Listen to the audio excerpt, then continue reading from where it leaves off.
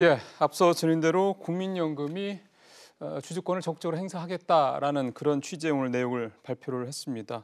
사실은 지난해 7월에 스튜어드십 코드가 도입이 됐을 때부터 이미 어느 정도 예고가 됐던 얘기도 하고요. 그러면서 첫 타겟으로 좀 얘기가 나온 대한항공이나 한진칼 같은 경우는 뭐 작년 여러분들 잘 아시겠습니다만 작년 여름이었죠. 더울 때 여러 가지 물컵 사건을 비롯한 여러 가지 불미스러운 일로 국민들의 지탄을 받았던 그런 점들이 아마 작용된 게 아니냐. 실제로 엊그제 열렸던 청와대 이 기업인들 간담회에서도 관련된 사람들이 좀 많이 나오지 않은 것도 있었습니다. 결국 정부의 어떤 의지가 분명하다 이렇게 해석을 해볼 수 있을 것 같습니다. 자, 이 의미 좀 살펴보고요. 만약에 이렇게 주주권이 적극적으로 행사된다. 그럼 이건 어떤 방식으로 구체적으로 표현이 될 것인지 이런 부분들 좀 살펴보겠습니다. 오늘 도움 말씀을 위해서 인하대 서지영 교수 전화로 연결했습니다. 상명대 서지원 교수님 전화로 연결했습니다. 교수님 안녕하십니까? 안녕하세요. 예. 국민연금이 사실은 우리나라 자본시장에서 그러니까 우리 기업들의 주식을 많이 갖고 있죠. 그렇죠. 예. 국민연금이 그 자본시장에서의 영향력은 상당한 건 이미 주지의 사실입니다.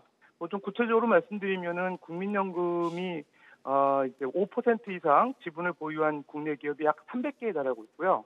그다음에 이제 시가총액 한 8% 이상을 차지하는 이제 국민연금이 이제 주주권 행사까지 이루어질 경우에는 상당한 영향력이 있다고 볼 수 있죠. 근데 사실 어느 정도 작년에 그 스튜어드십 코드 도입될 때 그때도 사실 논란이 좀 있었고요. 그래서 이런 어떤 분위기들은 좀 예상이 됐었다고 봐야죠. 그렇죠. 이제 국민연금의 어떤 그 재무적 투자자로서, 그러니까 오늘 우정 수익을 극대화시키는 재무적 투자자로서 그 위치에서 이제 최근에는 기업 경영에 적극적으로 참여할 수 있는 전략적 투자자로 변화해야 된다는 그런 목소리가 많이 나오면서 특히 자본시장에 미치는 영향력이 커질 것 같고요. 지난해 7월에 스튜어드십 코드 도입 이후에 주주권 행사를 이제 시행하는 데 있어서 이제 구체적인 방안들을 많이 마련해 왔던 것 같습니다. 특히 지난해 말에 정부가 국민연금기금 운영규정 개정 작업을 통해 가지고 주주권 관련된 운영규정 7장 제목도 이렇게 변경했는데요. 그런 것만 보더라도 실제로 그 국민연금이 앞으로 이제 주주권 행사를 적극적으로 할 수 있는 그런 그 어떤 규정 제한이라든지 이런 것들 조치를 많이 취하고 있다고 볼 수 있죠. 첫 타겟이 한진칼, 대한항공이다. 사실은 이제 충분히 어느 정도에서는 이해는 되는 것 같습니다. 예, 일단 오너의 사회적 물의 등으로 이제 지탄을 받고 있는 한진그룹에 그렇죠. 대한 이제 그 국민연금이 이제 높아진 주주권 행사를 통해서 이제 이런 기업들의 그 지배구조 개선을 위한 신호탄이 아니냐는 생각들이 이제 많이 나오고 있고요. 제가 판단할 때도 상당히 그런 부분이 있는데다가 한진그룹 총수이가의 이제 부도덕한 경영 개선을 위해서도 이제 바뀐 어떤 국민연금의 주주권 행사를 좀 적극적으로 시행할 필요가 있다는 판단에서 그런 그 조치들이 나오지 않았나 이렇게 유추가 되고요. 한 가지 더 말씀드리면 이제 국민연금은 이제 특히 한진칼의 지분 7% 이상을 보유한 3대 주주이기 때문에 주주권 행사하는데도 현실적으로 그 명분이 충분하다는 글쎄요. 판단에서 이런 조치가 나오지 않았나 생각이 됩니다. 교수님 보시기에 그 주주권을 행사하는 구체적인 방식은 뭐가 될까요?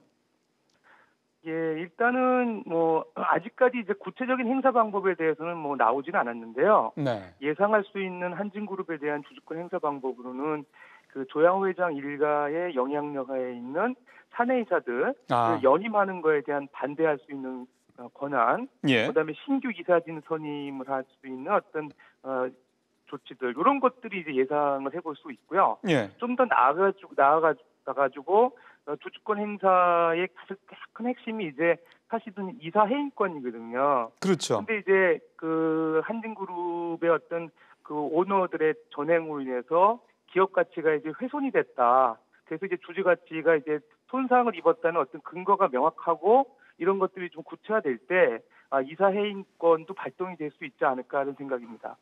그러면은 혹시 거기에 조양호 회장도 내년에 그 대한항공 같은 경우는 이사 재선임이 지금 예정이 돼 있다는데, 그러니까 이 이사 임기가 만료가 된다고 그러는데 조양호 회장의 이사 선임 반대 뭐 이런 것도 가능할까 싶네요. 예, 아까 말씀드린 바와 같이 이제 그런 그 이사 해임에 대한 글쎄요. 권한들이 이제 좀 마련이 됐기 때문에 제도적으로 충분히 가능할 것 같고요. 예. 근데 이제 다만 이제 우리나라 그 기업 특성, 대기업의 그 특성상 오너 체제를 갖춘 기업들이 대부분이거든요. 그렇죠. 그랬을 때 이제 그 한진그룹의 오너인 대표이사가 이제 해임이 될 수 있는 해임권이 실행이 될 경우에 우리나라 이제 그 대기업 전체에 미치는 이제 지배구조 측면에서 상당한 영향을 줄 수 있기 때문에 조금 신중하게 이런 게 접근되지 않을까 하는 생각은 있습니다.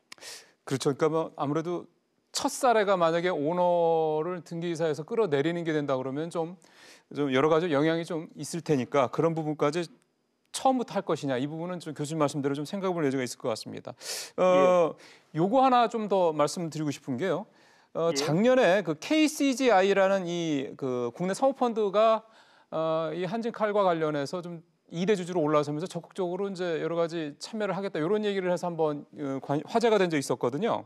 예. 잘 아시겠습니다만은 혹시 국민연금의 이런 어떤 적극적인 주주권 행사의 의지와 이 KCGI 이 사모펀드와 뭔가 좀 같이 연결을 해서 뭐 이렇게 뭐 협의를 한다든가 뭐 이런 일이 가능할까요? 일단은 이제 대주주로서 네. 이제 그 연합을 해가지고 어떤 그 주주권을 발동하기 위해서는 적극적인 협업이 사실 필요하죠. 그래서 예. 제가 볼 때 이해관계가 둘이 이제 맞다고 한다고 하면 그 그렇죠. 사모펀드하고 국민연금하고 이해관계가 부합된다 그러면 적극적으로 주주권 행사를 할 가능성이 있습니다. 그러게요. 어쨌든 목적도 같고 뜻도 같으니까 그런 면에서는 교수님 말씀대로 좀 서로 손을 잡을 여지가 좀 충분히 있다 이렇게 좀 볼 수가 있을 것 같습니다. 지금부터는 이제 이 국민연금의 적극적 주주권 행사와 관련된 논란을 조금 살펴봐야 될 것 같습니다. 물론 이제 국민연금이 이제 대한항공만 해도 2대 주주, 그다음에 한진칼 같은 경우는 3대 주주니까 주요 주주죠. 그러니까 뭐 자신의 의사를 표현하는 것에 대해서 왜 그걸 무조건 나쁘게 볼 필요가 있느냐 이렇게 얘기할 수도 있긴 한데 시장에서 바라보는 시각은 꼭 그렇게만 보지는 않는 것 같습니다. 예. 일단은 국민연금의 주주권 발동을 두고 사실은 좀 시장의 시각은 엇갈리는데요. 예, 예, 뭐 이제 장기적으로 봤을 때 기업 가치 개선에 이제 도움이 되느냐는 측면도 있고, 그게 이제 마치 이제 정부의 어떤 민간 기업에 대한 경영권 개입 아니냐 하는 부정적 시각도 있거든요. 그런 두 가지 측면에서 좀 살펴볼 필요가 있겠습니다. 그러니까요. 예, 첫 번째 장점으로 볼 때는 이제 사실은 그 해외 어떤 연구에서도 보게 되면 장기 투자를 전제로 하는 대형 어떤 기관 투자자들의 주주 활동이 주주이익 극대화하는 그런 합리적 의사결정을 유도할 수 있다는 점, 그다음에 이제 주주들한테 돌아가는 배당 성향을 높일 수 있다는 점에서 예, 긍정적인 그런 그 결과를 가져온다는 연구 결과들이 많이 보고되고 있거든요. 네, 근데 실제적으로 우리나라 현실적으로 보더라도 그동안에 사실 그 소액주주에 대한 그 배당들이 사실 인색한 게 사실이었고요. 그렇죠. 그다음에 그 대기업 위주의 그 오너 중심의 어떤 지배구조가 소수의 어떤 주주들의 이익을 대변하기보다는 약간 지배구조상에서 어떤 이해관계 위주로 흘러가는 경향들이 있었습니다. 예, 그런 것들을 개선하는 측면에서라도 사실은 국민연금이라는 어떤 대형 기관 투자자가 주주의 어떤 그 활동권을 적극적으로 이제 이용해가지고 소수 주주의 권익을 이렇게 높이는 쪽으로 이제 그 대기업들의 어떤 의사결정 유도하는 건 사실 긍정적이거든요. 그렇죠. 예, 그런 측면을 보면 이제 소수 재벌 중심의 기업 경영의 어떤 한계점을 개선할 수 있다는 측면에서 상당히 장기적으로 볼 때는 주주 가치 제고에 기여할 것으로 저는 전망이 됩니다. 근데 이제 다만 예, 예, 예. 이제 민간 기업의 경영권에 개입한다는 그렇죠. 데 사실 오해가 있는데요. 네네. 이거 심지어 좀 이제 부정적으로 언급하시는 분들 같은 경우는 연금 사회주의라 아니냐 이런 얘기도 하시거든요. 예, 그렇습니다. 근데 이제 뭐 그런 부작용도 분명히 있어요. 특히 이제 기업의 어떤 경영에 영향을 줄 수 있는 정부의 그 권한이 큰 국가일수록 이런 그 오해 소지가 있을 수 있거든요. 그러기 위해서는 제가 볼 때 국민연금의 독립성을 좀 제고시키면 이런 문제 해소되지 않을까 생각이 됩니다. 그 독립성 얘기를 좀 하셔서 그 질문도 좀 이따 마지막 질문으로 드리고 하나만 더 그 아까 예, 연관된 그 경영권 침해 관련 논란 관련해서 그 논란이 이루어지고 있는 이유 중에 하나가 그러면은 국민연금이 어떤 회사에 적극적으로 주주권을 행사할 것이냐에 대한 어떤 사회적 합의가 이루어진, 그러니까 재계나 뭐 노동계나 다 그럴 만하네라고 할 만한 기준이 없다라는 것도 이유가 되지 않을까 싶은데요. 그렇죠. 이게 사실은 그 두 가지 문제인데요. 첫 번째는 이제 그 국민연금 내에 여러 가지 그 의사결정, 투자에 네. 대한 의사결정할 수 있는 기구에 사실 정부 인사들이 많이 개입이 아, 돼 있어서 네. 그런 거에 대한 공정성 시비가 있고요. 그러니까 과연 이 기업의 어떤 가치가 높은 기업에 투자를 함으로써 국민들의 어떤 노후연금을 이제 극대화시킬 수 있는 그런 쪽에 기여하느냐에 예, 예. 사실은 좀 문제가 있고요. 두 번째는 사실은 이제 국민연금이라는 그 자체가 사실은 어떻게 보면은 이제 그동안에는 그 재무적 투자자 입장에서만 이제 활동을 하다가 이제 전략적 투자자로서 이제 어떤 기업 경영에 개입하는 이런 단계잖아요. 그렇죠. 그런데 아직 꼭 사실 재무적 투자자에서 전략적 투자자로 넘어오는 그 과정이 사회적 합의가 사실 조금 부족한 면이 없지 않아 예, 있었어요. 그 예, 예. 작년 7월에 이제 스튜어드십 도입이 됐고요. 말에 관련된 그런 그 규정들이 개정되는 과정에서 사회적으로 사실 논란이 좀 많았거든요. 그렇죠. 지금도 뭐 아직 그게 연금 사회주의다, 뭐 지나친 경영 개입이다 이런 논란의 소지가 있는데 이런 거에 대한 조금 어떤 공청회라든가 글쎄요. 좀 사회적 합의를 좀 더 구한 다음에 유예 기간을 좀 두고서 이런 것들을 진행하면 더 좋지 그렇죠. 않았을까 하는 좀 아쉬움이 있습니다. 그러니까요. 사실은 뭐 지금도 그 부분은 늦지는 않은 것 같다는 생각 드는데 작년에 스튜어디스 코드 도입 관련해서 논란이 있을 때도 이 국민연금의 독립성 얘기는 사실 그때도 또 얘기가 나왔었는데요. 그래서 그때 대안으로 제시된 것 중에 하나가 국민연금의 최고 의사결정 기구인 이 기금운용위원회에 정부 쪽 인사를 좀 최대한 줄이는 게 방법이고 줄이고 진짜 이제 운용 전문가라든가 이런 진짜 전문가들을 대거 늘려야 된다. 뭐 이런 대안도 있었는데 이 독립성 관련해서는 교수님은 어떤 대안을 갖고 계십니까? 예, 일단은 그 국민연금의 의결권 그 행사 기구에 대해서 좀 살펴볼 필요가 있는데요. 예, 일단은 국민연금의 최고 의결 기구가 이제 기금운용위원회거든요. 그렇죠. 그 기금운용위원회의 위원장이 사실 복지부 장관입니다. 지금 그렇죠. 예, 그리고 이제 뭐 거기 당연직 위원이 하면 4명 있는 걸로 알고 있는데 대부분 차관급이고요. 그러다 보니까 대체적으로 정부 인사들로 구성이 돼 있어서 사실 이런 거에 대한 이제 오해 소지가 있었거든요. 또 지난해 사실은 이런 문제 해결하기 위해서 수탁자 책임 전문위원회라는 게 발족이 됐죠. 그 수탁자 책임 전문위원회는 사실 어떻게 보면은 민간 전문가로 구성되어 있는 기존의 이제 의결권 행사 전문위원회를 확대 개편한 이제 위원회입니다. 그렇더라고요.